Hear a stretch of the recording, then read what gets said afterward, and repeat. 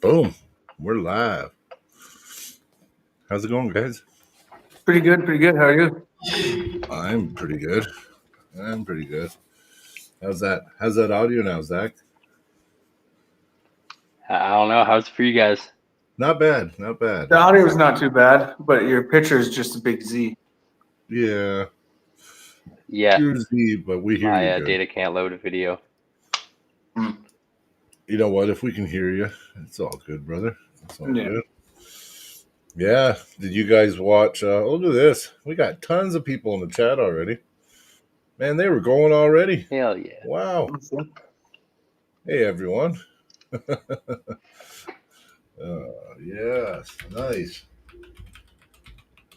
That we had the King of the, what was it called? King and Queen of the North event. Did you guys check that out? No, I didn't even see. I didn't even know it was going. Yeah, it was pretty good. Jody and SB had a super match. SB won. SB did win. But apparently Jody gave him a war anyway. I didn't see the super match. I watched the tournament, though. I was watching the event. Hello? Yeah. Yeah, you're there, brother. What was that? Curtis Smokeman was that? What was that event? He was that one. Yeah, it was. Yeah, that was it. He won his class. I'm pretty sure, and the overall. Yeah. Yeah. He actually beat the guy that beat Etsy. He posted on the chat. Sador, Matt Sador. Yeah. Yep. Well, Mocan's getting pretty. His right's looking really good, man. Well, that's what happens when you're pumpkin training all the time. Well, that's all he can do is lefts. He said something about muscle deterioration now in the left. That's how bad it's gotten. So it's not good. It's not good. Did you watch it, Zach?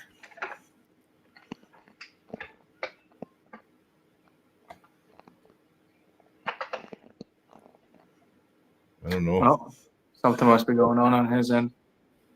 Yeah, it's just because he's running. He had to run off his phone data because his Wi-Fi's not set up yet. So where Dakota? I don't know, Killer Cat. I sent him an invite, but I don't know. He's been busy on his channel. He's probably, who knows? Hey, the Assassin, Mighty Mouse, the Judge. Yeah, you like the new intro, guys? I don't know. I thought it was rocking. Yeah, I thought it was pretty good. I like seeing the Montana and Giannis in there. Yeah. You're on there now. You're on there. What do you think of the song? Zach did the edit though. It was a really good edit. Oh, yeah. And the song's good. I like the song.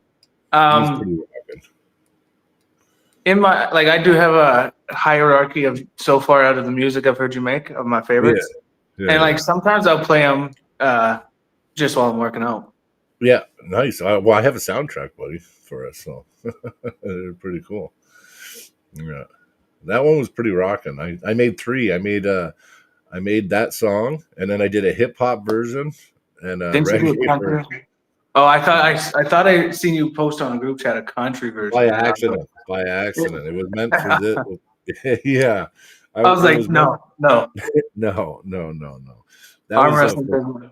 I did that for fun. Yeah, that was just for jokes. Yeah, but that's why it was so funny because I didn't mean to send it to there. I meant to send it to our Through the Fingers chat, and it went to the Red Deer chat. Yeah. Hey, don't get me wrong. I love my country music, but that was country. I thought it was the hip hop one. Yeah. Oh, I thought I heard a country one there, and I was just like, yeah, that one didn't work out. No, I didn't do country. No.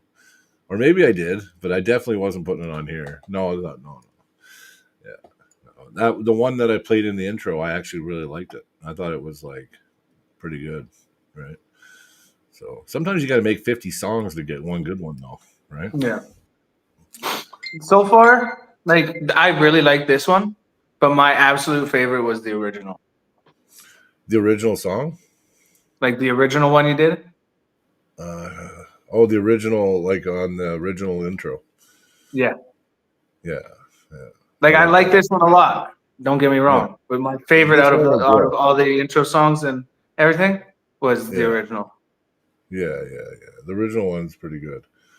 But I mean, let's just hope that keep making good ones. Oh yeah. It's not easy to do. And another really banging one that you did was the Deadly Dungeon one. Yeah, the Deadly Dungeon. I got a whole soundtrack for the dungeon too. Yeah. Like You know the what? Deadly Dungeon one, it almost sounds like a real like an actual song that you just never heard before. Yeah, no, I know. That's what. Who said that? Somebody's like, "Oh, where'd you find the song, man?" And the words. How do you get the words to all line up and everything? Right? It's like, well, I made it. No more hair metal '80s. Yeah. I don't mind. I don't mind the metal though. Yeah, maybe that's just my character coming out.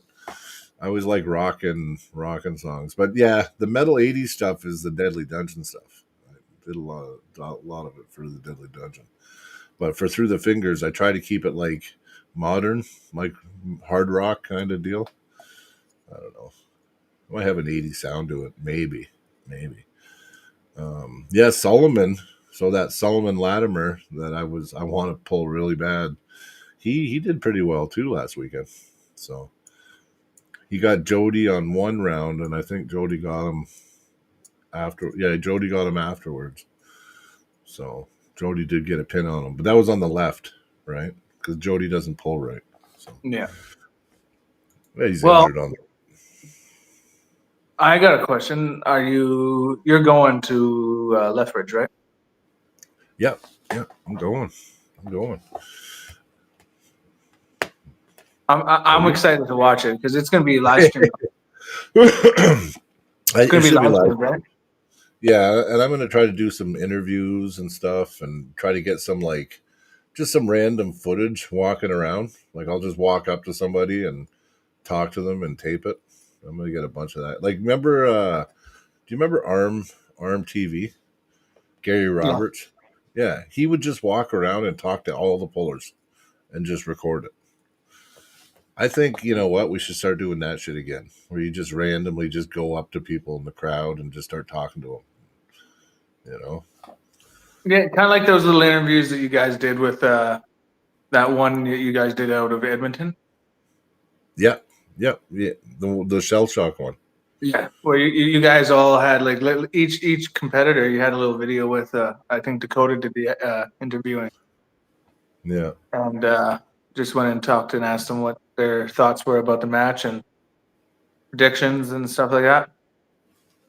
Yeah, well, I liked it too because it kind of built. It was like a little interview, and then because we did that for your match too, right?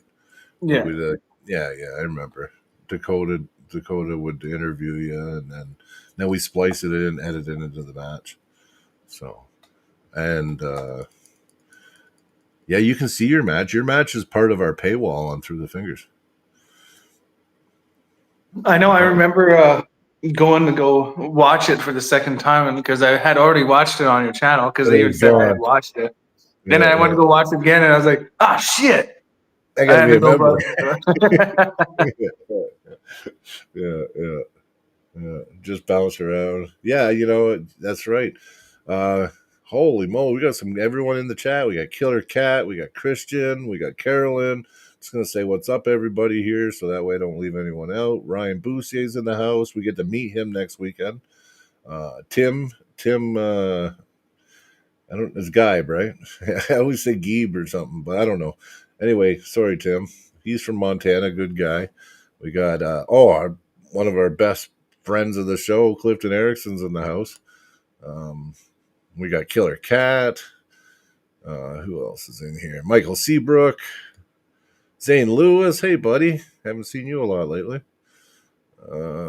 Quickly go through. Make sure I don't leave anybody out. I think we got everyone. Yeah, we got everyone. Anyway, what's up, everyone? Yeah, Lethbridge coming up. In Lethbridge there with Ryan Bouzier and Mike Schaaf. Mike Schaaf. How do you think that's going to go? Give me a second. Oh, I'm echoing. There we go. That match is interesting. You know what? I think if Mike doesn't put Ryan away quick, I've started leaning towards Ryan. Mike's got a really deadly hit, and his left is good. It's a left-handed match, I believe. I don't know. I don't really know. I know Ryan. He could have too. It could be possible he has too much top end strength, and gives Mike problems. But Mike's hit is really explosive, and we got to see if Ryan can stop it. So I don't know. I don't know. I'm not picking a side. I'm not picking anybody. I mean, I'm rooting. I have to root for my boy Mike, right? Oh, we're definitely We're rooting definitely for rooting Mike. for Mike. But I'm trying to be non-biased here, right? So, but I think it's going to be a good match. I think it was better. I think it was a good replacement for Andrew Quintana. So, yeah. yeah, definitely. Honestly, I think Mike had a better chance. Like, let's say this one, I'm not too sure about. Like, if Mike gets him on a hit. So right now, I think with Ryan and Mike, it's going to be like 50-50. Ryan and Andrew Quintana, I think, or sorry, no, Mike and Andrew Quintana, I think Mike was like a 70-30. I think Mike's explosiveness is going to be a lot for Ryan, but I know. I think it's a closer match than what it was I think you're previously. right, because stylistically, I think Andrew's lever versus Ryan's lever, there's a difference in length too. I'm pretty sure Ryan's probably got a much longer lever. I know Andrew's got quite small levers. For you don't realize it until you see him. His arms are quite short, so I think I think Andrew would have had problems with Mike for sure with Mike's explosiveness on go. So Yeah. but I think So I think this is a much better match, or like match like in styles, just for like show, like just for the show itself. no, I agree. What do you think about Dale and Jason Shaw? Deadly Dale. You know, I love Dale. I love Jason. They're both good friends, but Dale, I think Dale's gonna run I through think Jason. so too. I think so. And like Jason Shaw, he's getting strong. He's getting a good better bowler. too. He's getting better. And for how long he's making strides. Yeah, like in Montana, when I pulled him, it just was like it was right-handed, and it was just like boom. Yeah. Both times, and I don't think I could do that to Dale. Not fresh. No. Yeah, no. I got Dale heavily favorite for that one. I like Jason though, and I think he's come up huge. You know what? He's going to be somebody to watch for soon, but not yet. He's still figuring things out on the table. Super strong guy, but just not all connected yet on the table. Right? In my opinion, it's going to be 80-20 for Dale. Oh, Killer Cat! If Dakota's forearms are double yours, mine are 4 times the size of yours. I'm just throwing that out there. yeah. Ryan smash. Well, Ryan smashed. Epps. What did he say? Ryan Epps. Would win who? What? Did I miss something? I think Ryan lost to. He lost to Matt Sador actually in the tournament last week. Ryan has a bad habit of fouling. SB fouls a lot. He has a hard time staying on the pad when he hits. He always comes off the back of the pad, and he's been doing that for years.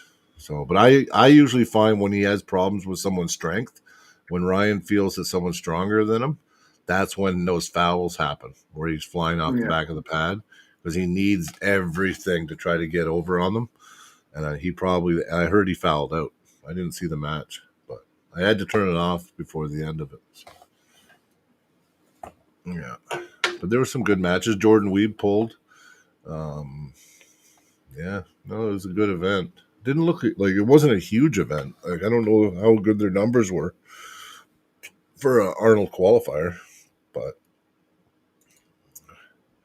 Dale Hulk smash, yeah, for sure. I'll have Wi-Fi. Oh, no problem, Zach.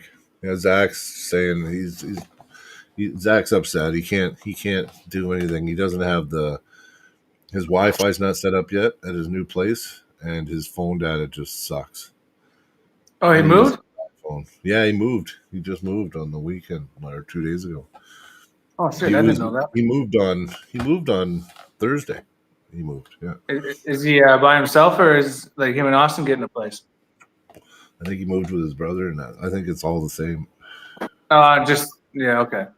I think so. Yeah. I think that'd be pretty cool. Him and Austin living together again. They gained a lot doing that. Oh yeah, Austin and Zach would pull all the time. Austin was getting really good too. Yeah, it'd be good for Austin to live back with Zach again, for sure. Your cup is very strong, Killer Cat. Good. Having a strong cup is very, very important. But you need to have good pronation too and riser. So work them all. And ulnar deviation. I'm big on the ulnar deviation. The down pressure. Yeah. See, I think for most important, in my opinion, is it goes cup, then rise, then pronation. Just because you can't keep this and you're always getting busted back like this. Well, for me, pronation, rise, cup with my style. But only because as long as I keep my pronation, I can always be offensive. The second I lose my pronation, I can't go offense at all. So very important. Even if you break my wrist back, which my wrists don't go back very far anyway. If I still have my pronation, I can still rip over the top. So I'll give away my cup to keep my pronation a lot. So I think it depends on your pulling style. But I understand what you're saying, especially with the way you pull. If you can keep your cup, that's huge for you. But you still want, even if I can stay flat wristed. But also, Cody, if you keep your pronation, that is what allows you to drive sideways still, even if your wrist is back. So I would say, cup, pronation, rise. I'm like I said, I'm pronation, rise, cup. And then it's ulnar deviation for me. I work 4. Yeah, I work all 4. So it's really important. And I've been noticing in with my pulling style, active pronation is not as much as needed as static pronation. I agree. Yeah. Sometimes people overpronate and it gets themselves in trouble too, because sometimes, especially with certain styles, like if you're up against a flop presser, well, if you really pronate into a flop presser's hand, you're just giving them a handle to hold on to flop down, right? And your brachialis can only hold up so long, right? So, yeah, no, I agree with that. Ryan Boussier says, I've pulled both Jason Shaw and Dale. I have to go with Dale. I pulled Jason in the Armsgeddon Back for More tournament, and got him. Oh, okay. Yeah. Dale's a beast. Like I personally don't even think it's close. I don't think it's close. Hey, Allie's arguing. Allie says it's oh no, Clifton's arguing too. I'm behind the chat, guys. Sorry. Clifton says rise, pronation, cup is my style. That makes sense. Supination last. Yeah, supination's I don't even put it in there. I didn't even really think of it. No problem. Allie says rise, pronation, then cup. You know what, Allie? The way you pull, I agree. Rise, pronation, cup. I would train that too, the way your pulling style is. And Clifton, I agree with you too on the way you do it. I think it really comes down to your pulling style. Like I would say that order can change based on how you pull on the table. Anybody that says it's this way and this way only, they're not educated, because every person's different, and when I know when I get time to work with people on the table, I look at their strengths and then I devise what's most important for them to train. If you just tell everyone it's got to be pronation, then cup, then rise, and you know what I mean, and they don't really pull that way, it could do nothing for them, really. Might help them a little bit, but it's, you know. Yeah. I don't supinate a lot. I'll supinate the counter. So if I'm going up and I can't get anywhere through the high ground with my rise and pronation, that's when you'll see me cup. And I like to combine cup and supination. Right? I'm always combining two. It's rise and pronation, or it's cup and supination, or it's back pressure and ulnar deviation. And back pressure and ulnar deviation is one of my favorite because you can go this way like this and then come up over and drag. So it's down, disable their hand, drag them across the table, come up and over and pin them. Right? So it just depends. And at the same time, like I think I also put my my list the way it is because it's actually what I'm weakest at to what I'm strongest at. Like my cupping is my weakest. Like from center, once I get in a cup, I'm fine. It's just getting it from center. I know what you're saying. I lose that's my weakest point right there. So I always been training my cup a lot more than I have been with my rise and my supination, trying to get it up to the same level. Stop copying me. My rise and pronation. Well, it makes sense, Cody. You know what? Because train your cup, because you know the more cup you get and the stronger that gets, the more you're going to be effective on the table, right? Because it's going to be harder for them to get attack your weakness if it's not weak anymore, right? Yeah. So I think at the same time, like everybody's list of what's most important to them should be based on what their weakest is. I would say eventually. I think when you're first starting out, I think it's good. Yeah, it's good first starting out, strength where you're strong, so that way you have a game plan and an area where you can at least pin people, right, in a tournament or something. But when you get serious about it, I agree. Then you should be working on your weaknesses, but you know, still working on your strengths at the same time. I mean, I used to do that. I'd go all out. I'd be like, no, my cup's got to get better. I'd be like, cupping, that's it. And then my pronation would start getting weak. And I'd be like, what's going on, man? People are freaking breaking through. You know, I'd be like, oh, yeah, well, I get it, right? So you want to, you just got to analyze what's most important. And the best thing to do, I think, with a new puller is identify your pulling style and where you're strong. Don't worry about so much where you're weak when you first start. Find where you're strong and work on being able to get in that lane where you're strong. And then, you know, over time, you'll level up when those other areas start strengthening, right? So. Yeah, and like, it's crazy to even think about it. Like, okay. Sorry about the noise. It's the baby in the bouncy. But I'm about 3 months away from 6 years. Yeah.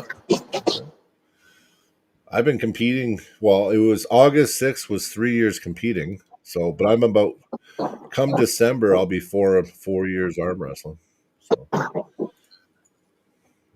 yeah. So, I mean, it happens. So I started to. Just a little joint. I guess I'm not going to WAF. Wait, I don't think is weed banned at WAF? I don't think that's on the test, is it? I don't think. WAF Worlds is tested? Yeah, but I don't think they test. They test for steroids. I don't think they can get you for weed. Can they? I don't think I'm not going to WAF. You know that? Pronation, rise, then cup, and strap, open top. Yeah. I can see that too, especially in the strap. But you know what? There's other things too, like back pressure. What do you think of, Cody, when you think of back pressure? Because this is another argument I've had with people. There's a combination. There's two types of back pressure. You got this type and then this type. Yes.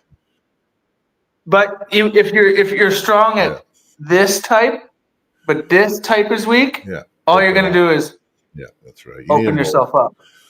So to be honest, I would say build this one first, because at least this one you can still keep your arm here. Yes, you are not as strong with your lat drag, maybe, but if you're strong in this one first, you'll resort to pulling there, and you'll open yourself up all the time. So get strong at train this one first before you train this one, if that makes sense.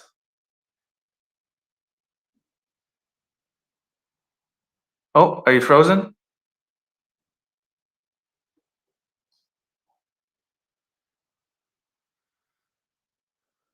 Am I by myself here? Oh, I can't even see the chat.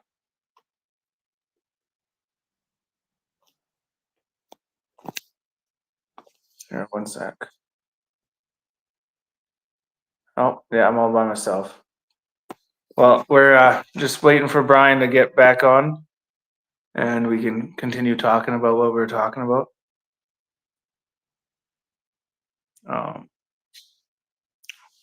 Shit.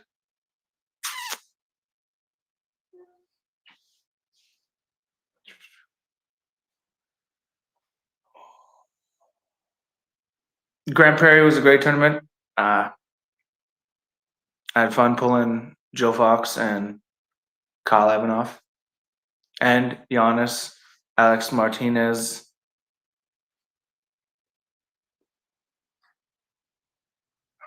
Yeah, I'm just gonna see if Brian's coming back.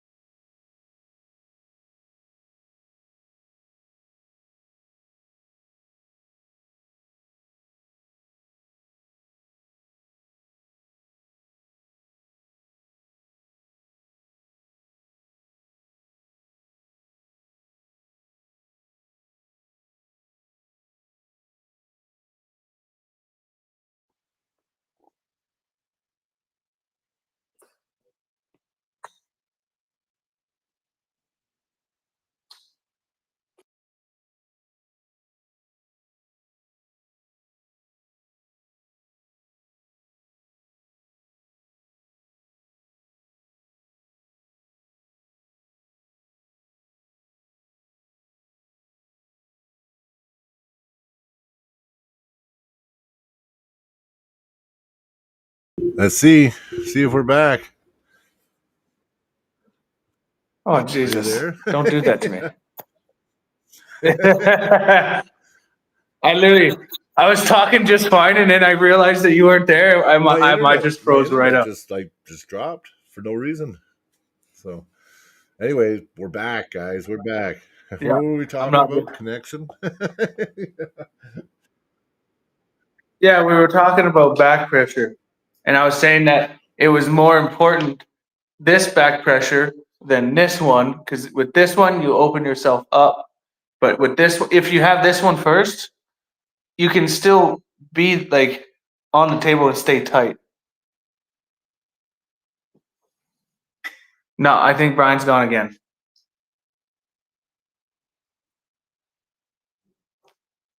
Yeah.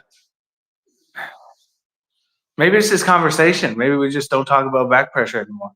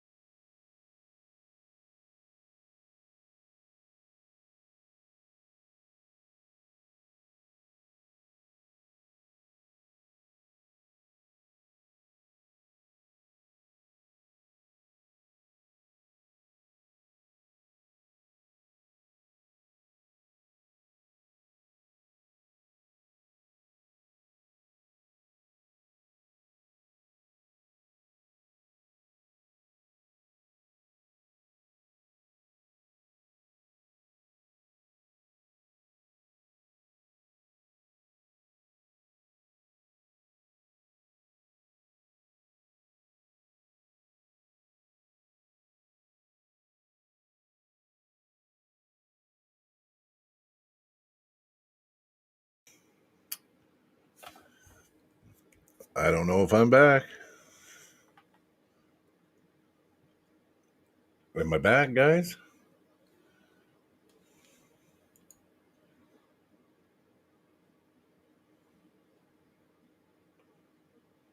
What? It says I'm back. There we go. There we go. Oh, I had to reset the friggin' modem, man. oh my God. Yes, I do know when it comes to talking with another person on the screen, I'm Easier, perfectly isn't it? fine. But as soon as something happens and it's just me, I locked right up. I literally just turned my camera off. I was like, I can't do this. Buddy is coming back. Those PRP injections are a fucking miracle, man. Yeah, sorry everyone. You know what? Yeah, It's sorry in the about air that. right now. Yeah, Sean, thank you very much, brother. I couldn't show your super chat when you sent it because, yeah, the internet's going to shit. Yeah, I'm gonna have to get some Starlink like you. Oh, Sean won his first game of bingo today. Oh, bingo. Yeah, he supports the hack. My daughter runs a bingo. So my daughter runs a bingo, and Is it that like radio bingo or like I television like bingo? Facebook bingo. Yeah. Oh, Facebook bingo. Yeah, a lot of people like bingo, man. You'd be surprised if you can host some bingo games. You're doing pretty good. Yeah, bingo's big here. Yeah, sorry everybody. Oh yeah, I just noticed we got Matt Wiggins, we got David Jansen in the chat. Hey David. David Jansen messaged me right before you came back on and was Did he? like, "Send me a link and I'll come on." Oh yeah, here. Let him, Yeah, you know what? so David, you should come on anyway and talk to us. I seen your match footage you posted today. Let me look here. literally right before you fixed your internet here, I saw it, I seen it, and accepted his message. Oh, okay. Yeah. Yeah, no, he's a good guy. He's looking like he's not bad. He's got pretty good technique on the table. Yeah. I think he lost in the video he posted, but it looked pretty good. Killer Cat versus Brian super match. When? Wow. Yeah. Yeah, I know, Sean. I know you're not. But we appreciate you anyway, brother. Yeah. No Some sound. people What? Oh, he's just not a big fan of bingo. Yeah, I don't think you were, Sean. I don't think you were a fan of it.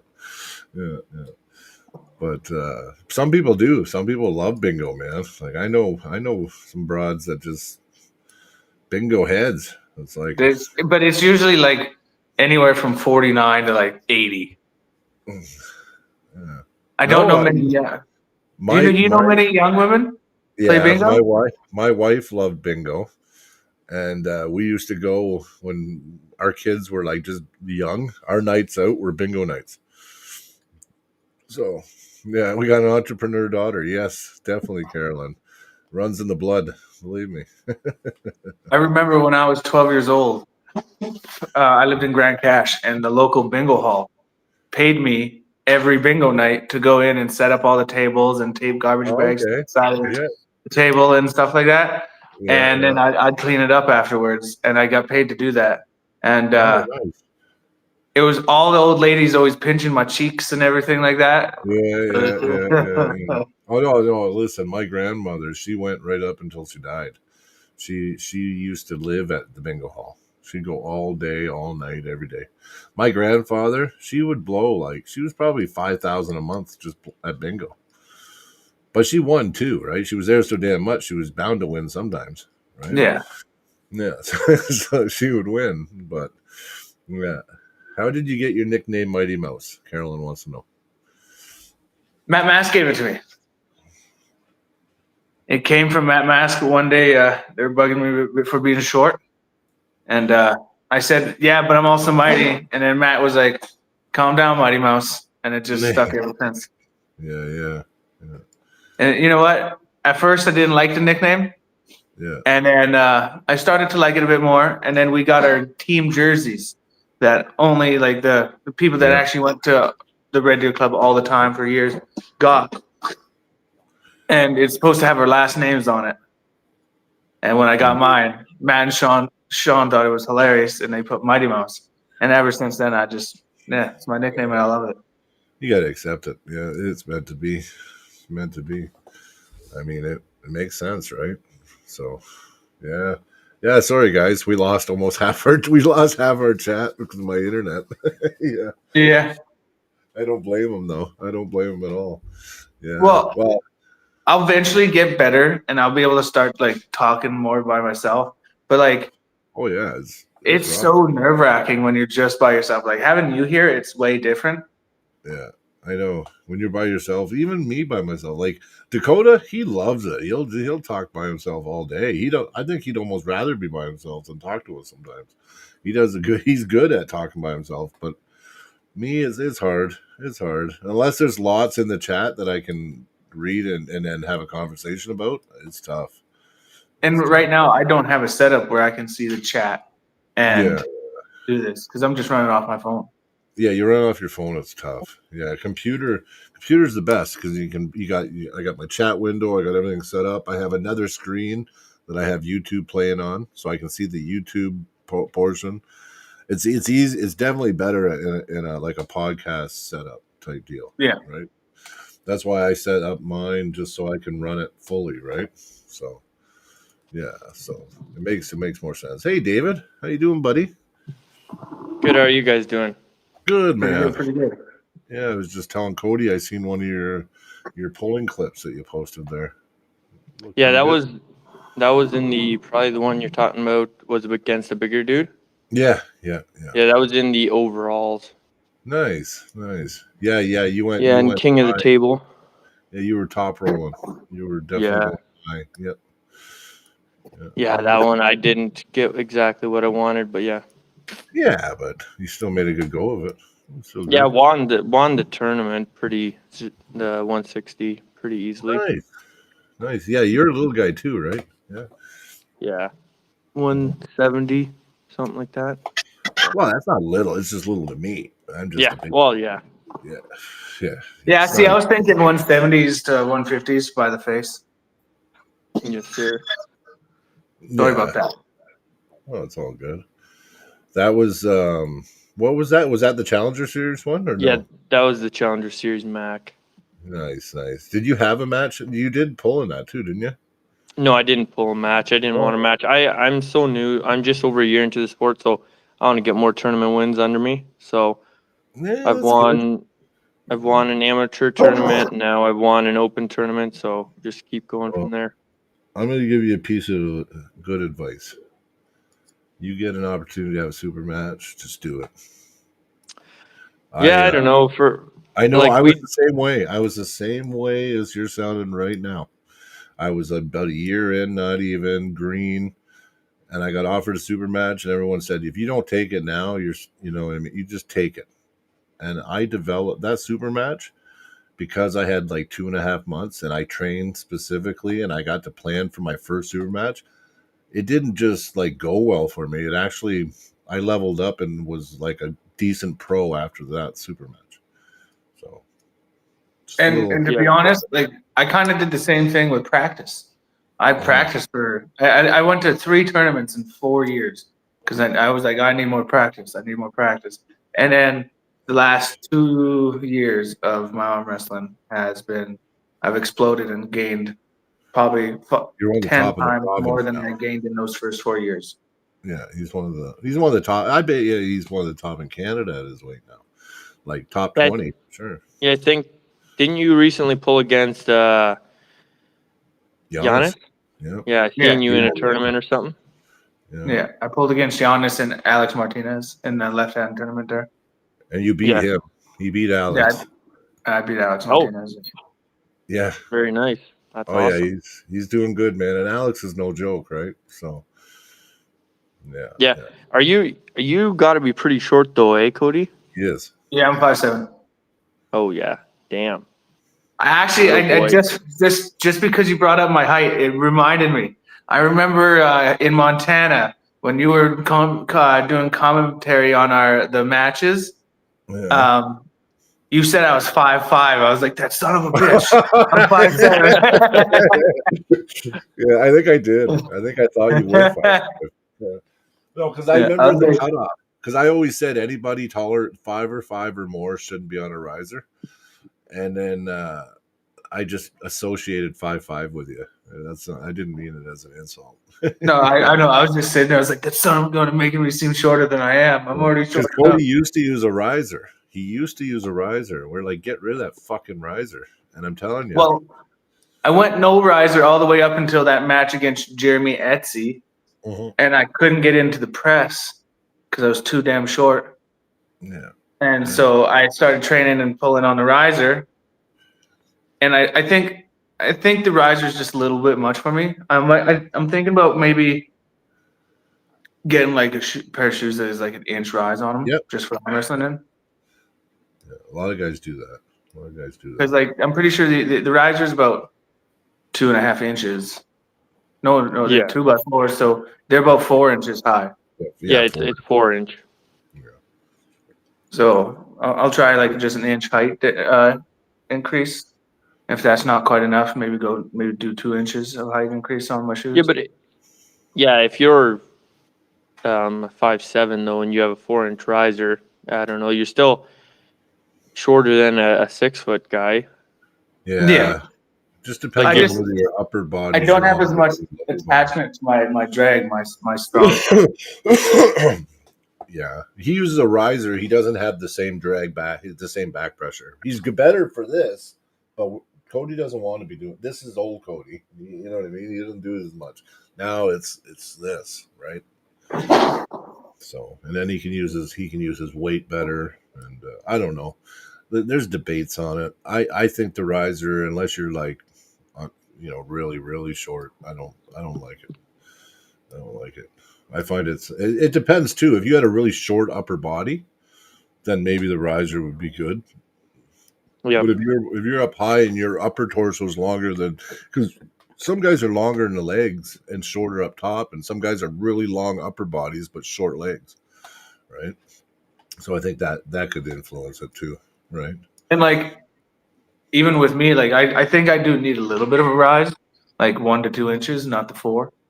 Because like I'm 5'7" and I'm pulling everybody. I'm in a 220 class, so I'm pulling people that are usually 6 foot and up. Yeah. Yeah, that'll make a huge difference. What do you guys got coming up down there, David? You got any big events coming up? Well, so next weekend we have the Tough event, as far as I know. Okay. So that's with the Table Monkeys. Yeah, that's right. That's right. And then in November, we have a Global Elite coming up, and that's like a Mac branch off, but Ian's like the, I don't know what, the manager or whatever of Global Elite now. And so I think Global Elite they bought Mac, but Ian's still associated and stuff. Don't quote me. I think that's what happened. Well, they partnered up. They partnered up. I don't think they bought Mac, but I know they partnered up. He was mentioning that there was it was in talks anyway. Oh, well, that'd be interesting. That's awesome. Good for him. Good for him if that's how it was. Yeah, there was something, but I haven't talked to him in a couple of weeks now. So, where are you located out of there? Ontario, London, party town. Yeah. When I grew up, man, we'd go to London all the time and just party our brains out when I was young. That's the only reason I went to London, was to party. So, but that was my young years. I'm not like that anymore. I don't even party anymore.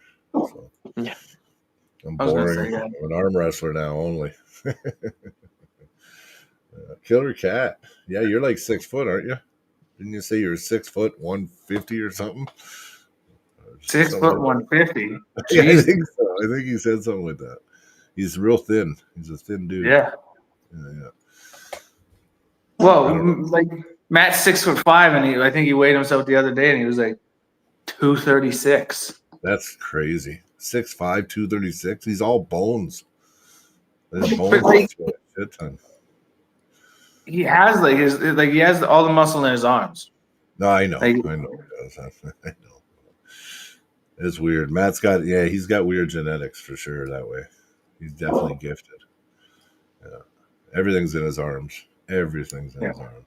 Well, he usually bounces around from I think the lowest I've seen him was like 236 up to like 251 at most. So Crazy George won his match too, eh? He did against Rick Barbet. I knew he would. Yeah. Yeah, I had him favored, and they're teammates too, right? Yeah, they're teammates, so they're sparring together 2 to 3 times a week. Yeah. So if anybody knew how to beat him, it would have been Rick. But Yeah. I used to have a teacher named Mr. Barbet, the snake guy. He used to have like snakes and shit. Cool teacher. That's why I lived in Ontario. Yeah, I'm from Ontario originally. Yeah, I grew up in Oshawa, Ontario, and then I moved when I was 17 or 16. I moved to Kitchener Waterloo, and then I lived there till I was 26, and then I moved out west. Yeah. So that's all like just over an hour from where I am, Kitchener Waterloo. Yeah. I loved it there. I did. I don't know about now. It's changed so much. I don't know when's the last time you've been 20 around here, years. but 20 years. it's changed so much. Oh yeah, wow, yeah. Yeah. They called it the Tri-Cities when I was there. It was just Cambridge, Waterloo, Kitchener. Yeah, they've all expanded so much. Yeah, probably. And then you had Guelph the other way, and then London was the other way. Yeah. I go down, but a lot of times I go to Toronto or Oshawa. So my mom lives in Oshawa, so I go there sometimes. But next time I go down, I like to practice down there a little bit. Alan Ford's supposed to be driving through this weekend through Calgary. I never end up hearing from him. And originally he was going to bring me a Mac table. So I guess I didn't get the Mac table. Yeah, Ian was going to try to send a Mac table with Alan. So, but we got to get some out here somehow. And I mean, at least some conversion kits. He needs to send us some conversion kits in the mail. How much are they? Like I don't know, but he told me just to just make them ourselves so we can get Velcro and he said they're really easy to do. We could actually do it without him sending it to us. So, but it'd be kind of cool. I would just rather a conversion kit. Well, listen, there's going to be the first Tough thing is in February. So February, Tough's coming to Calgary. It's going to be Calgary versus Vancouver, I think. So yeah, so this weekend is Toronto versus Montreal this coming weekend. Next Saturday, I believe it is. What's up with the teams? I heard John Therian and BLM are on Montreal team. That true? I know BLM is on Montreal team. Pork just Chop. because they're closer? They just made some of them so that they were like a free agent, like they could be picked between both teams. Oh, okay. So I think Therian and BLM were free. Don't quote me on. I don't remember which ones were free agent. And then I know some were specific to Montreal and stuff. They had to make them kind of so that they were going to be even, right? You couldn't have them like just Ontario guys, because just imagine if they would have picked BLM, Pork Chop, Therian, a bunch of these guys all from Ontario. Like Montreal has great pullers, but these guys are all better than theirs. Yeah, I know what you mean. They got killer. Overall, I would say Quebec might have more. They have a greater number of guys, maybe. That are good. Yeah, but their top guys aren't going to come over really and beat the top guys. So you kind of have to make it. But they're going to use BLM for left-hand matches, right? And right. I'm pretty sure they took them as both. Have both, but they can set it up. See, it can be manipulated, right? And you can use it like a strategy. So, like BLM's not looking good, right? But he's looking deadly on the left right now, right? Like his left looks really good. His right didn't look good, but his left looks really good. So I imagine they'll try to put it in situations where he pulls left a lot, right? And then, for sure. Yeah. So see, I want to see like maybe outside of this Tough, I want to see, where BLM and Therian and Pork Chop, they're all from Ontario, right? Yeah, but I don't know what team Pork Chop's on. Probably Montreal too, then. Yeah. No, but I want to see like Pork Chop. Pork Chop and BLM are both 242 on the Montreal team. That's crazy. Yeah, but I want to see what the best. Oh man. Montreal team versus the best of the best Albertans. I want to see how that. Our team, our 242 class is pretty devastating too. But I'm talking about like all weight classes. Like I just want to see a full the best of the best in Alberta and the best of the Montreal. Well, it depends on how it goes, Cody. Like that's technically how these games are going to run, right? So Vancouver versus Alberta is playing, then Ontario versus Montreal, and then they're going to have two teams out of the States for this initial year. And so I think But they're if going to they have had some of initially the- 6.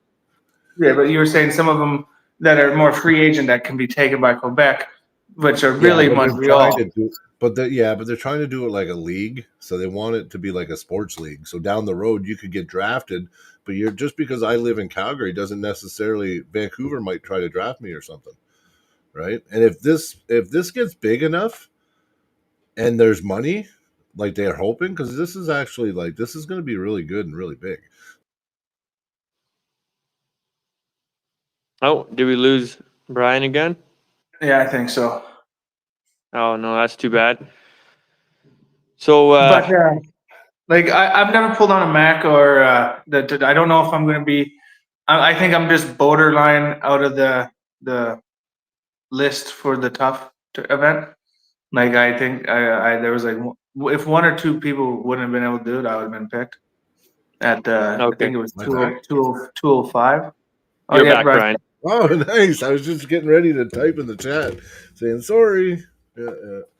It's weird. But I must be doing service in my area or something. my biggest curious And he is froze up again. yeah. My biggest curious is what the frick is up with these weight classes? Yeah, I don't know how all the weight classes are, but yeah, that'll be interesting. What are your? So you said you haven't pulled on the Mac table yet. No. What's your main style of pulling?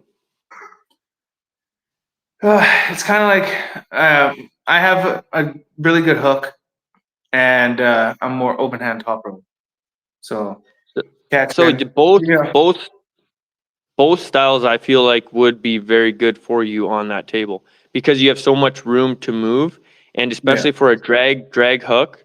Like if you're going for a drag hook, if you can set it, you have so much space to go forward, and you have also so much space to go back. But then not only that is you can, as you're coming across, you can kind of pop your elbow up right up to half an inch. So if you're coming in a drag hook and you really get over the guy, you can almost like lift your arm that half an inch to go over the guy. And then the pin pad is also, instead of 2 inches between the pin pad and the elbow pad, there's 3 inches. So I feel like for a drag hook puller and an open top rope, at first, Ian was saying, oh, you're not going to be able to King's move and stuff on it. But I've seen like some of the best King's movers in like already do really good on there. Jason Constantini's done really good. And then Crazy George had no issues as well. But see, at the same time, you can do an open hand top roll without going into a King's. Yeah, The King's is kind of like the desperation aspect of the open hand top roll. But what I'm saying is, in the open top roll, you have now so much more room to go back, and then you can pivot sideways too, not even going into the Kings. I get the differences, but yeah, that's all I just mean is because there's so much more room to the back, right? Where you can really engage your lat. I want to be able to feel like that more extra room because like that, what is it, 10 inches by 10 inches, isn't it? I think it's 9 by 10 or something like that. Okay. I'm not exactly sure on the exact measurements, but yeah. Are you going like 10 wide and 9 this way? Yep. That even 2 more inches coming back. Cause like I'm always, when I'm in like a heavy going like open hand top roll, my elbow is like floating right on the edge of the pad. And that's what I mean. Like for an open hand top roller, you just now imagine you can be all the way on the edge of the table, and then you can run sideways too. You can come all the way back, and then you can twist all the way sideways before you're even in a King's move. So you can come around and then run back. Like you see how Devin almost comes and goes to the other side of the table, like his peg and where his hand is, he'll kind of turn into there.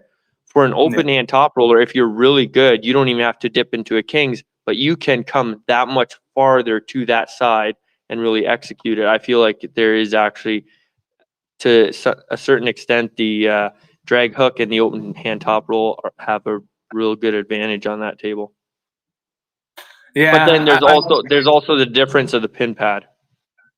I was trying to talk Ian Carnegie into setting up a match at one of his Mac events against me and Tim Lewis. Because he did Tim Lewis in the guy that got second place in Quebec on the left hand at their provincials. Yep. But I pulled the guy who won the 220s left hand in Quebec at nationals, because the guy that got first place went to the Canadian Nationals there. And when I pulled him, like, I just had a big war with a fellow Albertan named Brent Bellamy. And so I was pretty blown up. But I felt it, and like I stalled him, but I didn't have enough bicep power left over. And but I from what I felt fresh, I can beat the guy who got first place on the left hand in Quebec. So I do think me and Tim Lewis would be a great match. I think I could outpower him. Tim Lewis really has that open hand top roll as well, doesn't he? And he can really grind out a dirty King's move. Yeah, he's Tim Lewis usually loses by speed. Like, if you're fast, you can beat him. But I've seen that a couple flash pins that he's gotten, and I feel like he takes too many super matches, if you know what I mean. He's never really letting himself get to like his best form, but maybe that's just my opinion. But I also think, because he's been doing this many super matches for many years now, so I think that his arms are very much conditioned for it. Like, it's been as long as I've been arm wrestling, I've noticed Tim Lewis has been taking this many matches all the time. And but there's got to be a point where you start to break down, like. Oh yes, maybe not. But it'd be like Devin. Devin could do that many super matches with the same caliber of people, and be fine. Yeah, but then he is doing that, but now you're seeing a point where he's taking small breaks and stuff in between. There's not like a super match every 4 or 6 weeks. Yeah, You're back, Brian. I'm back. Okay, there we go. I can hear you. I know. My internet's fucked. I'm like losing my shit. I told the wife, that's it. Just fucking need a new modem. I want tomorrow. I'm making her go get a brand new one. I don't know if it's the modem or they're doing. I've never had an issue before, ever on the podcast. Well, this time we had another person on the podcast, so we got to talk about Mac a bit. That's what I said. Thank you very much, David. You couldn't pick a better time to want to come on and talk to us. Yeah, no. As soon as I seen you drop before, I'm like, God, it's so much harder to talk when you're just one guy and keep a conversation going. Like, good to people who can stuff. Some people can. I just don't like it. I don't know if you noticed, I kind of just turned my camera off. I was just I seen that. That's why as soon as you did that, that's why I messaged in the chat and I went and DM'd you right away on Messenger. I'm like, because I just seen the number of the people just all start dropping off. I know. It's like everyone's going. And that's another thing too. I remember Cody, he was doing a live with me one time. Oh. And remember when that happened? You were like, "Oh my God, what just happened?" He was just sitting there, and I felt so bad. Oh yeah. No, but So what weight do you pull at, Cody? 220? Yeah, 220. Well, you should get that super match set up then, especially if Matt comes to Alberta or somewhere. But because I know they have this next event coming up with Global Elite, and then there's the main card super match. The main event is Philip Larson and Kredecha, and then I know Blake Bouillon from here, and Alex Toprol, I think is his name. Anyway, Schoolboy's brother. Yeah, Alex Toprol. Are having a super match. I'm not sure about all the rest of the super matches, but Blake and Alex? Yeah. I don't know. I might give that to Alex on that match. I don't know if it's right or left hand. I haven't looked. But if it's left hand, Blake's left is crazy right now. Crazy. His left is like he was saying recently, like he's never felt like it's been better and stuff. And then I've talked with him sometimes a little bit, and Yeah, left hand, I don't know. Right hand, I don't know. Like Alex's hand's really good or whatever. Yeah. His hand's really good on the right. And Blake, I notice he runs into problems when he can lose his hand. He's strong though, and he's getting better and better and better. I've been watching him pretty closely for the last, I don't know, 8 months. Yeah, his right's really good. What happens, I think, is sometimes he rushes it a little too much. He rushes the pin, and what ends up happening is he gives up his pronation. Yeah. And so, like, when he actually dials it down, thinks about where he's going, and forces on, because I feel like so many guys feel like they're so close to the pin pad, if they just keep hitting it, they're going to go. But what's actually happening is the opponent is setting a trap and taking their pronation, which I feel like losing your hand this way, there's less to worry about than losing your hand this way, like losing your pronation. If you can, I've watched so many matches over the years. Like, I've been watching since 2019, but only actually arm wrestling for a year and a half. I would say 70% of the matches, guys that can keep their pronation are at least in the match. Yeah. 70%. And that just shows how much your pronation means. And that doesn't need to mean that they need their pronation to be exactly this way or this way. There's some guys even arm wrestle with it like this. Yeah. But it's about being able to statically engage it. And a lot of it's shoulder, like a shoulder pronation and stuff. It's not like they're activating the muscle so much. It's really locking into a comfortable spot where they can, and then torque through their shoulder or their elbow. And there's slight tendon and muscle all working. It's all working combined, but to learn how to use them all combined. And you just see that. You just see even Todd Hutchings, go back years ago, he was losing, and it was because he was so desperate to set his hook that he would sacrifice his pronation. And at times there is, when you know that the other person is going to have superior hand, but you have a superior arm, so then you give up the pronation to actually set a trap where they overpronate, and then where you can actually get into a strong spot for yourself and then start actually taking over the match. But 90% of the time, if you can at least keep some pronation, normally you're at least partially in the match. Yeah, like Hutchins, that's really good you brought him up, because he's also somebody I studied very closely when I first started getting serious about arm wrestling. And he used to, like you said, he used to not just give up his hand, he'd actually give up a little of this. But he would take losses. You would see him get beat by people. The biggest thing he ever did was, it's not that he pronates, he's made his pronation so statically strong that even with his hand back, he can still go sideways. See, the thing is about pronation, a lot of people think they got to just go nuts with it. You got to make it strong. But 9 times out of 10, if you can overpronate, right? But you can make it statically strong. You have the ability to drive sideways at any time. Even if you lose your hand, if you've still got an active pronation, you can still drive. You can still be offensive.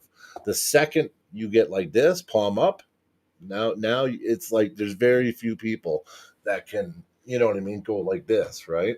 And so that's his, like, really his, because he does a side pressure pronation workout, right?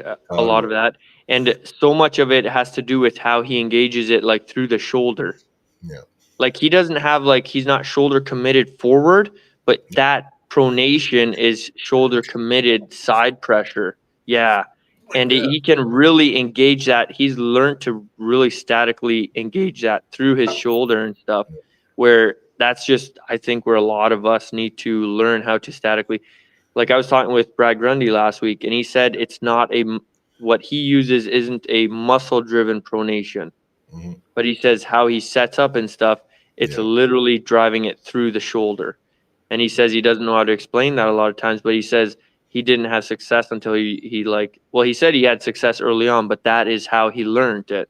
And that was through a static shoulder pronation. Well, one thing about Grundy's, I think when he really started shining was when he figured out the setup game, because I watched him. You would think he's got 20 years pulling, because his setup game, what he feels in the setup and how he adjusts, is elite. That's where Grundy is elite, is in the setup. He can feel the pressures. You can feel and you know what? He beats guys that are way stronger than him because of it, right? And so much of arm wrestling also has to do, I feel like, not only having your own pronation, but controlling your opponent's pronation. And that's not just taking their pronation, but it's actually controlling it.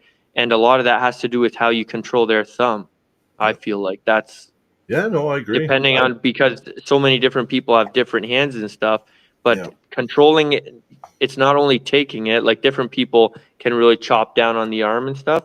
But if you can't, like a shoulder base, like they're coming forward, but a lot of hook pullers and stuff, top rollers, you'll see is they control their opponent's pronation through the thumb. Yeah. Well, see, I do that. So the way I pull, my biggest thing when I pull is I actually, we were talking about it earlier. I use ulnar deviation. So my main move is usually a back pressure hit.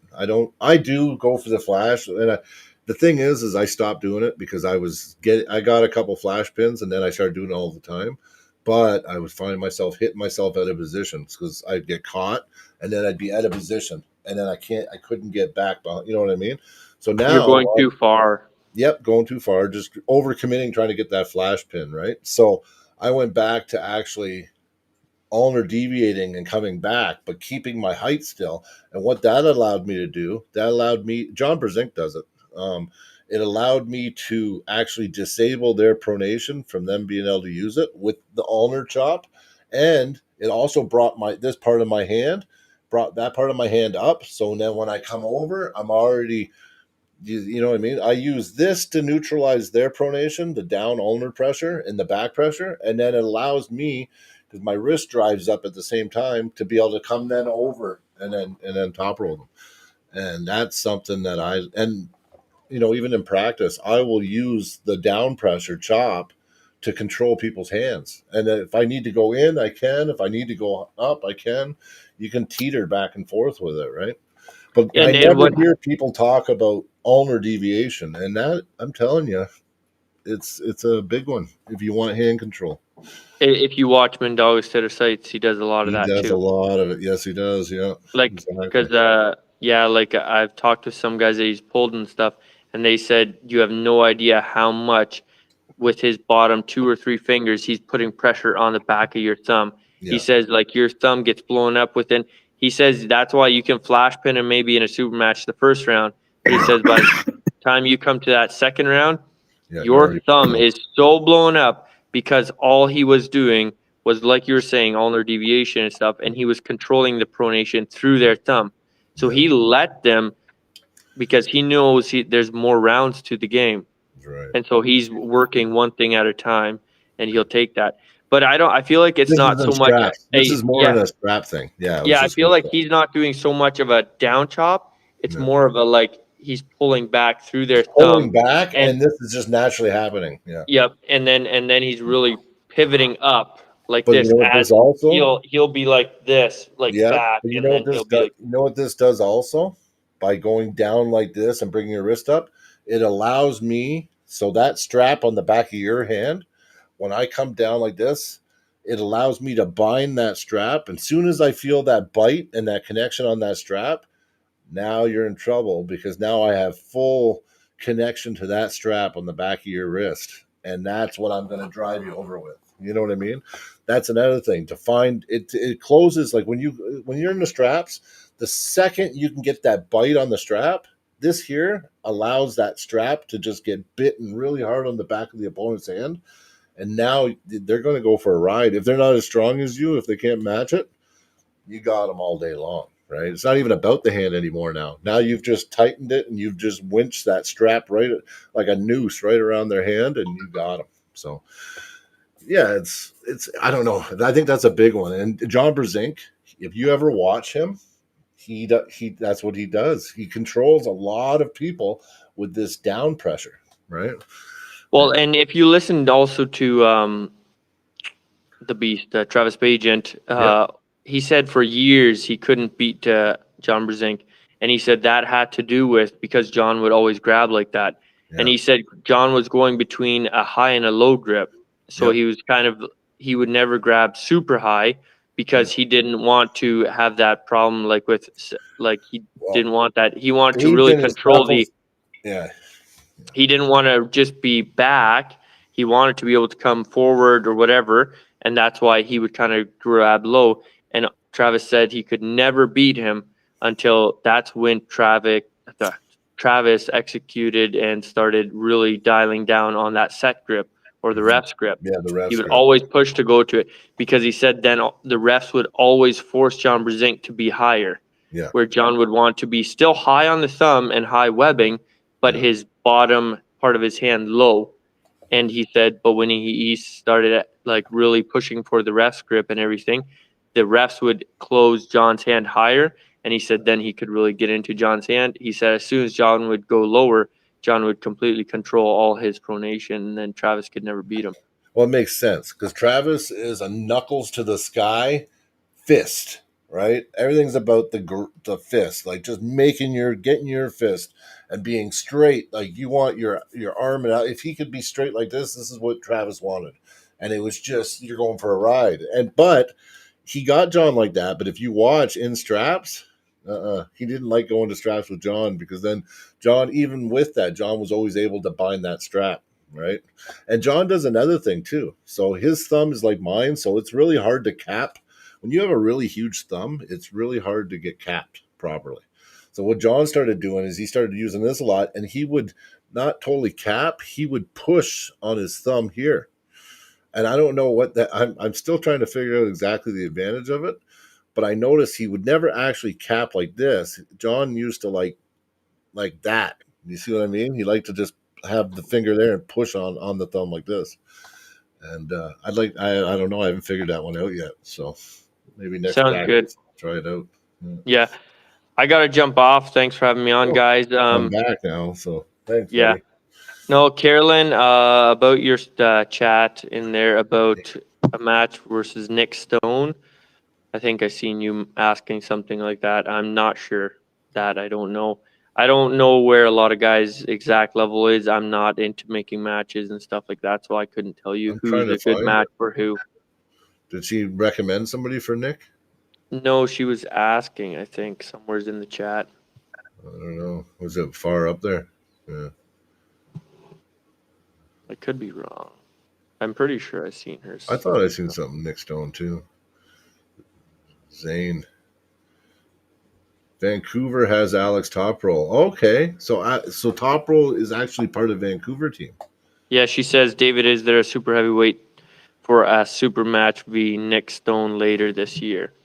So I don't know. Nick Stone's a beast. He's a beast. Yeah, I know he's really good and he's leveling up and he's really trying to get out there. Yeah. We were saying Pork Chop and Nick on the left. Yeah, Pork Chop's not super heavyweight though. He's come down quite a bit. Now. Yeah. So I gotta jump off. Thanks, anyways, guys. Thanks, buddy. Appreciate you. Yeah, buddy. I'll always be tuning in. Yeah, buddy. Hey, thanks, man. We'll see you guys again soon. Yeah, man. Have a good night. Everyone, go sub to Through the Fingers. They got great stuff coming. So, and same everyone. Go check out David Jansen. He does awesome interviews, one-on-one, and I really enjoy him. Thanks, guys. Yeah. Bye. Take care, brother. Bye. Okay, have a good night. Yeah, he's a nice guy, eh? Yeah, he's good. He's good. I like him. Yeah. He messaged me a long time ago, and we talked, and I got to be his first interview. So I was his first interview on his podcast thing he does. So that was kind of cool.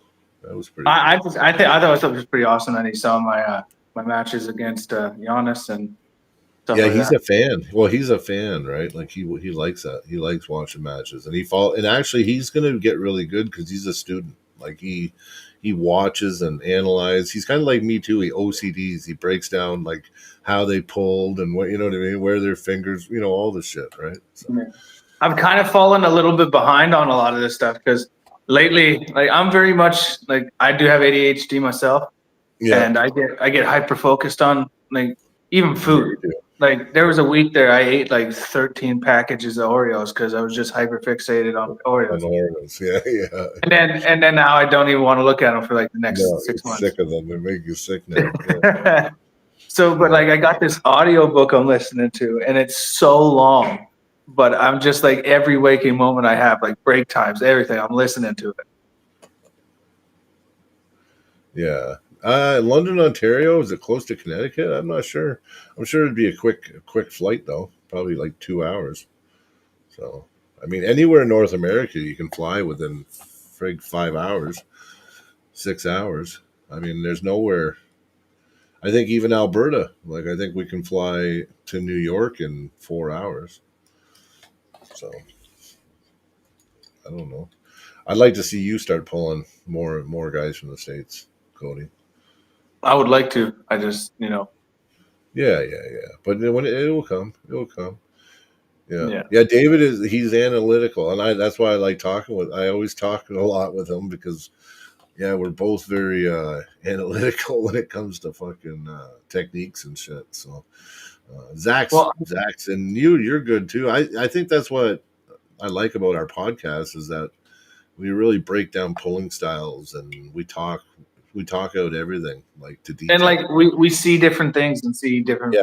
Like there's so many times when I'm driving Zach back from a practice or we're talking and we get into like a little bit of an argument, but just like just like as friends, but like of like our opinions on different things. Like the one time we were in an argument about holding multiple classes. Like if he weighed 154 and pulled 220s, and let's say he beat the guy that was ranked 5th in, or let's just for this hypothetical situation. Yeah, but I'm in a disagreement, but I'm not because I kind of agree with you still. Because like if you're just gonna pull up once in a blue moon, I don't think you should. But I mean, if you're actively every event pulling in multiple classes, I don't see the problem with it, but I do see the problem with it if it's just like the one tournament he pulled the first time ever in that weight class, and he won, so he should get the no. Then I agree. Like I don't think that's right. You know what I mean? But like even let's say Zach at 154 beat the 198 number 1 belt holder. Let's just say. Yeah. I believe that Zach should get the belt because he beat the guy. But I don't think you deserve to be on the rankings because, like, when someone looks at the rankings and they're looking at the weight classes, I want to see the best 154, the best, let's say, 198, the best 220. I want to see the best in that weight class. Yeah. If you're not in that weight class, yes, you may be stronger than that guy in that weight class. But I want to see the Yeah, but I'm actually so like, I was like, yes, you can take their belt, you can be the belt holder. But you're not going to be on the rankings list. Yeah, no, and I agree. I agree with you. I actually agree with you. The only thing we were looking at it from different angles because we didn't go deep enough into that subject. Zach went pretty deep into it. Yeah. But myself, like looking at it, like if it's just like let's say you're in a weird weight where you can pull 220 and 198, right? Yeah. But you know what? You're pulling 198 and 220 every event all year long, and you're always in the 2 classes, right? I don't see a problem with you being double ranked, right? But you know what? If it's not even close to that, and it's just here and there, you tend to pull up to see if you can get an extra medal or something, or then you're right. I think you know what? You want to know who the best are in each class, like If one guy like Mason, he went to the Lethbridge tournament the one year, and he won every belt. He won he had to give belts back because he would have had to have 6 super matches at the next Iron Core to to defend the belts. So like you know what I mean. Obviously, Mason can't be number 1. That's why you have an overall class afterwards, right? But we don't keep up with our overall. What do we have? Like 7 people on the overall rankings. Like how does that work? I'm pretty sure it's 2 from each weight class. Okay. So, if I'm not mistaken, it's the top 2 of each weight class. Okay. Yeah, but then you have right and left too, right? So, yeah. Well, they have a right and left overalls. Yeah, right and left. Yeah. No, I know. So it's the top 2 of each weight class, and that what makes your overalls. Well, that makes sense. But didn't I see somebody on there that wasn't even number 2? I don't know. I'm not going to do it right now. But it's something I'm going to research because I think our ranking system gets tucked under the rug too much. Not enough changes. It's not active. a lot of these organizations that have belts, I think they're really missing out on that. I think, like, you know, if Through the Fingers, when you guys start doing your tournaments and your super Yep. matches and stuff like that, like super matches are different. Like super matches, you like once you have the belt is good, but like say if I beat someone and like say I hold the belt for 6 months Yeah. and then I get beaten, there should one like wherever you guys got your belts from, I should be able to purchase a belt that says the time that I had it. I agree. That's a replica. Yeah, no, I agree, and they're doing that now. So even Mike, Mike is willing to do that too. If you're willing to pay for it, they'll order you a belt of your own. So like Dale, Mike Taft is doing that now, where it'll say 20s from this time to this time, belt holder.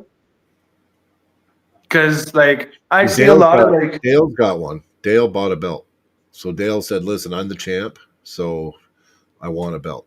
And so Mike, he just gave Mike the money, and then he ordered an extra belt for Dale, so that way Dale can always have it. Right? He won that belt. Right? It's a perfect. It's the same belt. It's just bought an extra one and gave it to. Do you know how much it was? Just I think it was like $225 or something. Oh, that's not too bad. Yeah, it's something like that. Like, I don't quote me. So, we got Nicholas Abel in the chat. Hey, brother. He just won some more medals, some more hardware. Nicholas Sable. Yeah.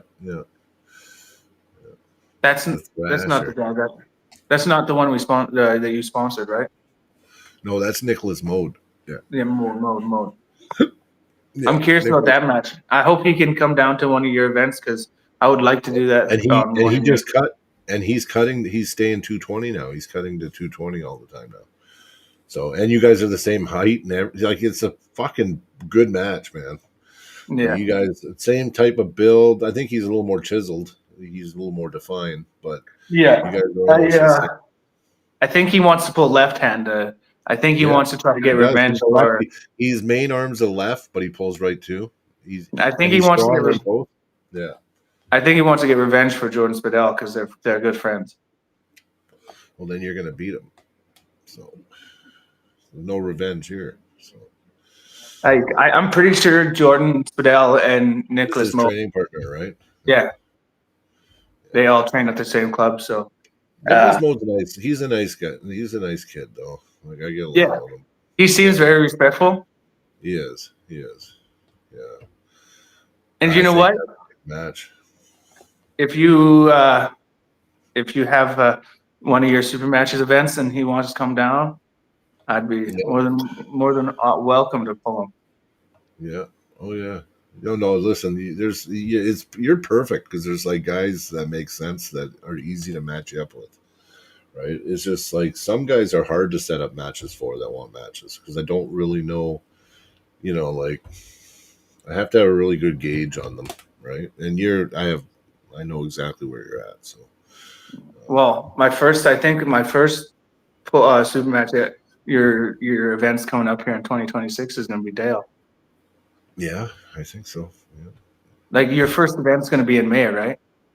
It's going to be somewhere around. It was going to be February, March, but there's so many events that we don't really want to cross. We don't want to affect them. So yeah, it's gonna probably be around there. Yeah, and then they'll be scheduled every 3 months after that.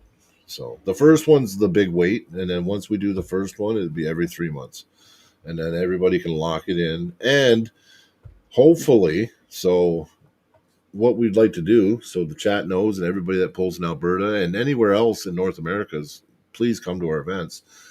Once we get enough sponsors to start helping pay for the cost of the event, more and more and more of the entry money is going to go toward the prizing to the athletes.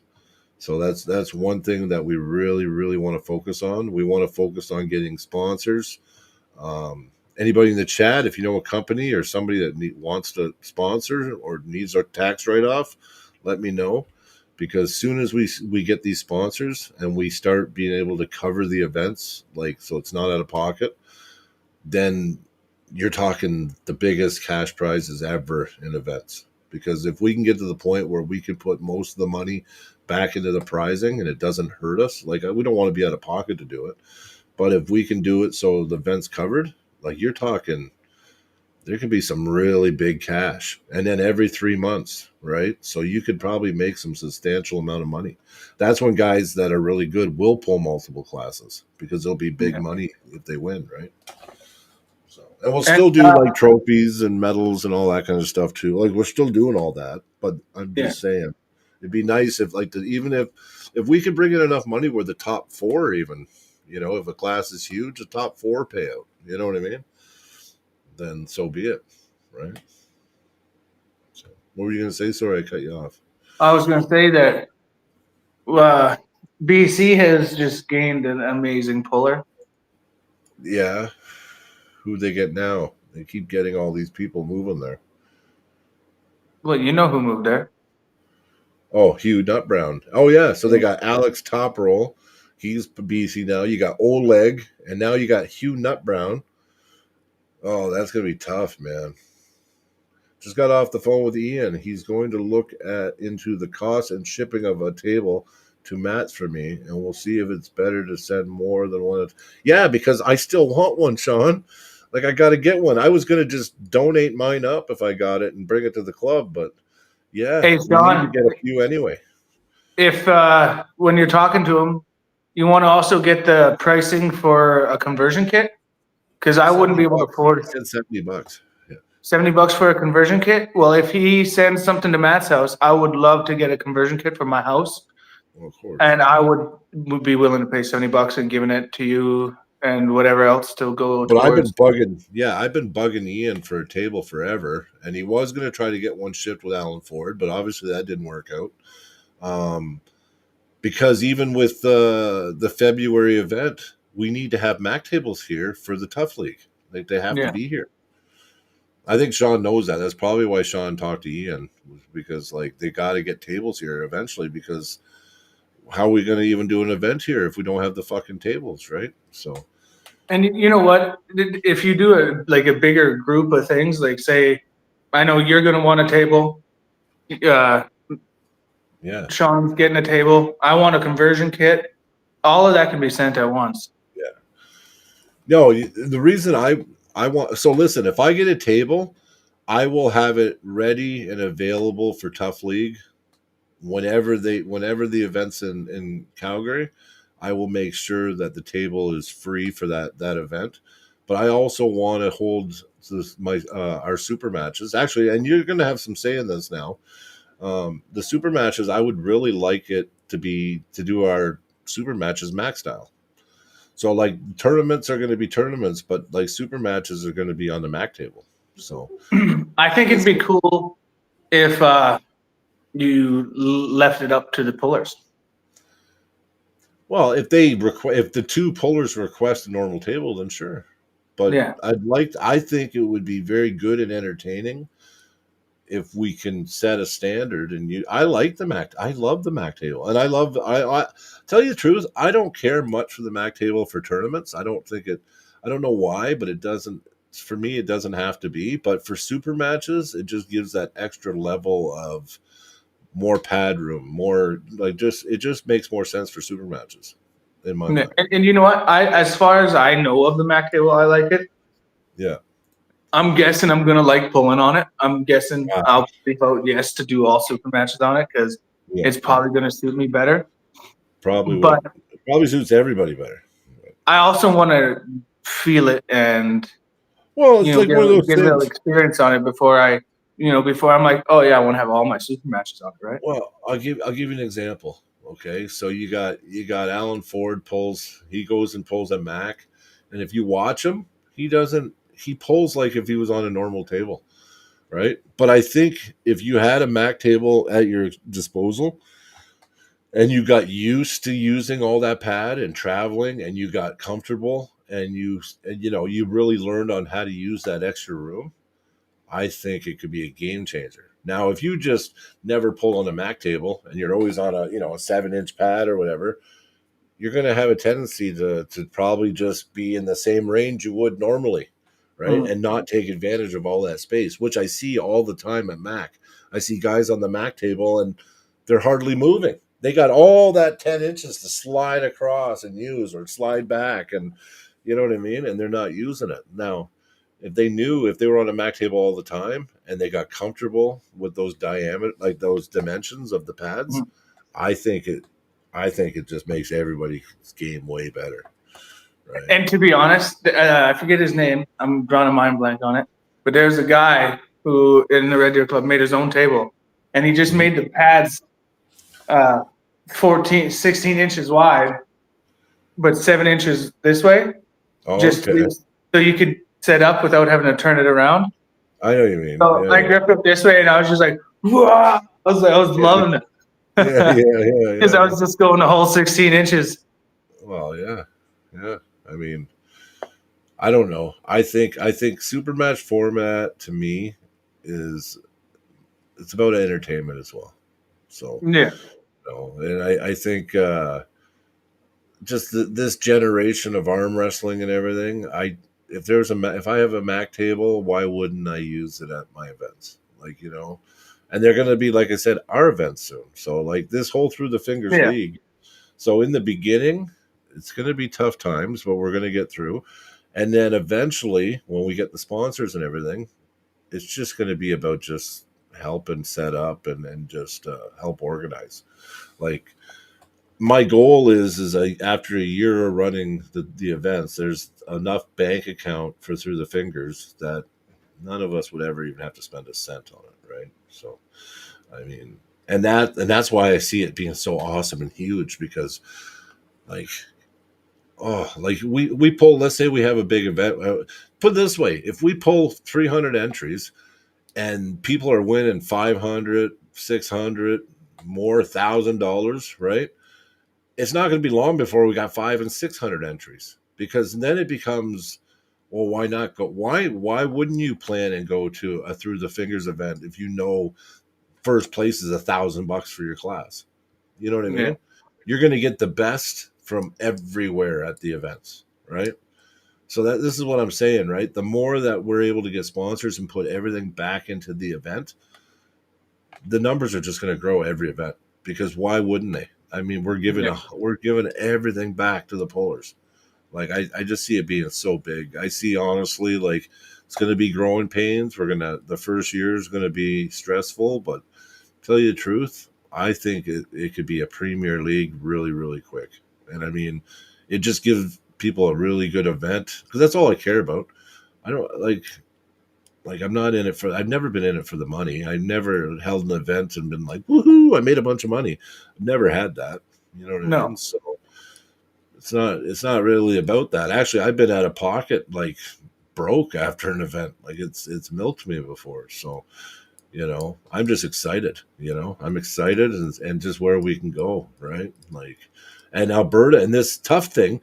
I want to be the reason I want to build up Through the Fingers League too and get it. And it's 98. It's 98 Through the Fingers, right? Is the league, but I want to build it up so huge so that way drafting can happen from the league with the Tough League. Yeah. You know what I mean? If we have the Premier League, right, then they can draft right from our league. Yeah, exactly. You know what I mean? And didn't you say you talked with I forget his name, but the guy that runs all the Mac pay-per-views? And so when you do like a Super Mac event, you can run your pay-per-view through it. Yep. Oh yeah, that's Matthias. So Matthias owns PremStream, and right now he pretty much just lets people use it. I think eventually he wants to make like 2% or something of the pay, like some kind of profit for running it. But you know what? It's already set up. It's already there, right? So why not use it? So like we can do our production, have our event, and then the pay-per-view will just be set up through PremStream, right? So did he like create PremStream? Yeah, he created it. Yeah, he made it because there was no real like pay-per-view providers at the time. Like there was like none. You would have had to pay like stupid money to get someone to do it because you would have to get Core Sports or you'd have to get somebody big, right? And then he's like, well, why don't I just make one? And I don't know. There was a lot to it. I'm not an IT guy. I don't know much about that stuff, but yeah, he created it, and It's for everyone to use. Like anybody can use PremStream. So if you're running an event and you're doing a pay-per-view, why wouldn't you use PremStream? Like No. I think there's other ones, but and I you know who used PremStream? Fraser Benoit used it at Stronghold. So there's an example right there. Right? He just probably talked to Matthias and then they set it up and bingo bango, right? So got a little behind here in the chat. Are these all old chats? Oh yeah, these are old chats. Okay. So I'm not behind. Dave Jansen, everyone, go live. I'll give this a live. Give this a like. Okay. Thanks, David. Did our numbers get up again? Yeah, we got 20. Hey, yeah. Yeah. Drew 24. I don't know. I haven't seen Drew. Has Drew been in? Oh yeah, there he is. Yeah, Drew's here. Yeah. UAL tournament next weekend in Vegas. That's cool at the Mr. Olympia. UAL, is that still run by Bill Collins? Does he still run UAL? I don't know. I don't even know who runs that anymore. I remember it was Bill Collins owned that before. I'm pretty sure. That should be pretty good. Well, we got Iron Core next week, so Yeah, I'll be missing that one. I'll be going to Mayhem. you going to Mayhem? Yeah, I gotta book a hotel. I haven't booked a hotel yet. I'm just gonna drive there that day. Yeah, it's 3 hours for me. Yeah, it's only an hour and a half for me, so Yeah. I gotta go for 2 nights to Mayhem too, because I gotta be there the night before for the ref seminar. So, because I'm going for my level 3 this year. So, because like right now I know next weekend, right? It's next weekend. It's the Lethbridge tournament. yeah, next weekend. Yeah. Then it's Mayhem. Then it's Battle Zone. Battle Zone's in Calgary this year. Yeah. Sorry, it's not Battle Zone, but right after Mayhem, it's It's Lloyd Border Minister. Rivals. Border Rivals. Yeah, Travis Robertson. What's right after Border Rivals? Or is that it for a little while? That's it for a little bit. Yeah. Yeah. You got a few months. You got a couple months after Border Rivals. You got the Christmas. They'll probably do the Christmas event at Lethbridge again after that. Because Lethbridge holds a Christmas, like Wreck the Halls tournament every Christmas. Yeah. I went last year. I won the super class and came second on the left. Won my super match against Byron. It was a good one last year. Yeah, that was a good one. Yeah, no, part of me feels like I'm on like a little decline of awesome events that I've been going to. Like I went to Regina Nationals, and did good there. Then I went to Montana, whooped ass there.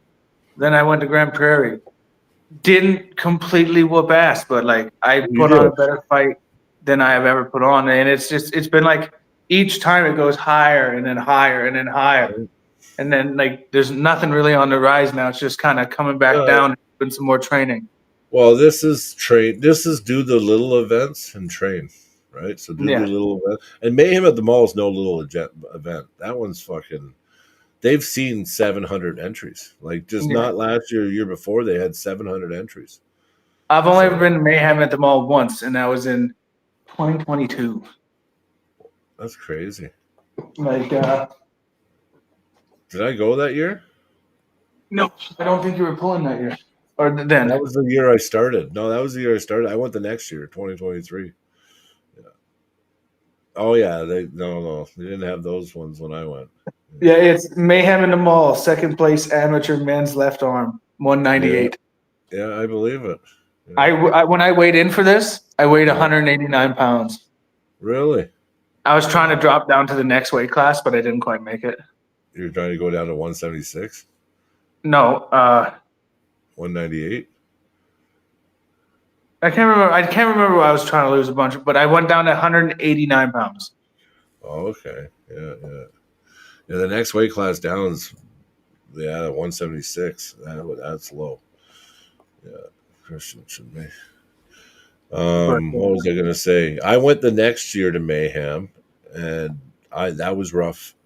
That was rough. I got in 2023. I got my level 1 certificate at Mayhem.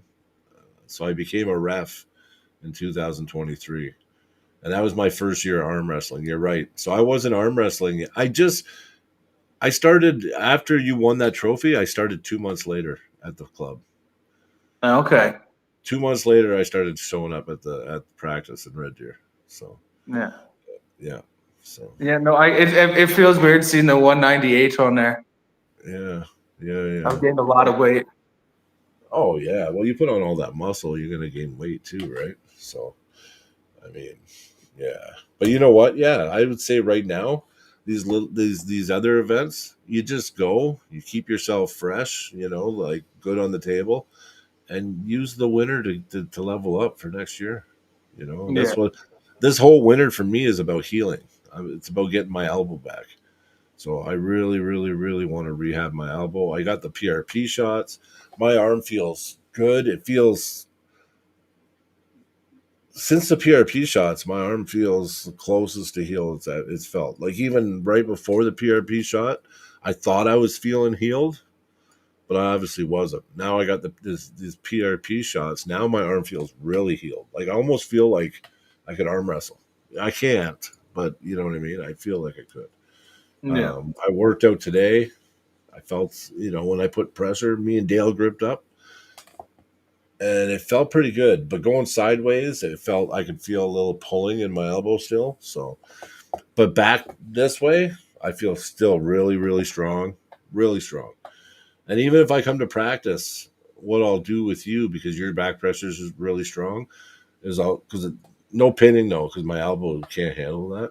Yeah. But, we'll just do back pressure. That's it. Yeah. You know what I mean? We'll start out slow, and then we'll just you can try to drag me across, and I can try to drag you across, and that's it. So we'll do arm wrestling with me for the next couple of months is going to be tug of war. Yeah, just tug of war. But I mean, at least it's something, right? And if I can keep all my back pressure in my hand, then when I do come back, I'll be ready to go, right? Yeah. But we're not going to be on too much longer. We're going to probably call her, everyone. And Tuesday night, we got Mike Schaaf on with us. Oh, we do. We got coming on. Yeah, and Ryan, if I don't know if Ryan's still in the chat listening, but Ryan, if you want to come on Tuesday night with us, you're more than welcome to join us. Mike's going to be on. It'd be kind of cool. It'd be pretty cool to hear you both talk about your match. And because Mike's going to be on, I'd like to give you the opportunity too. So let me know. I'll send you an invite. King Arthur asked if I can beat Miles left. I'm not too sure. I do know I've gotten a pin on his left arm in a tournament. We pulled 3 times in the tournament, and he's got me twice on the left, and I've gotten him once on the left. Yeah, that's a good match, actually. I don't know if I think Miles is gaining a lot, so I do. It's his hand that I worry about with you, because I think if he can crack your pronation, which I've seen him do, then you're in trouble, right? But his biggest strength is he monkey grips onto my freaking thumb, and I can't slip. Can't do nothing. No. I think in the strap, I think I could pin Miles on the left arm. Yeah, because your back pressure would you would drag back until you had connection with him. Yeah. So if I could make it like Mac rules, like with Joe, or just we start it's all in the strap. You see that? He can fly. Tim can come over and fly from Regina to Edmonton for $100.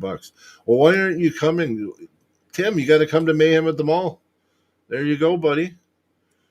Yeah, you're coming. Tim Gieb, he's coming to Mayhem at the Mall. Actually, who's coming down too? Clifton. He might not be in the chat now, but Clifton's coming. I think is he for surely coming? Yeah, well, he's coming down for 2 days, but I don't know if he's going to be here for Mayhem or not. But he's going to come to the club and train with us. So, up here in Red Deer?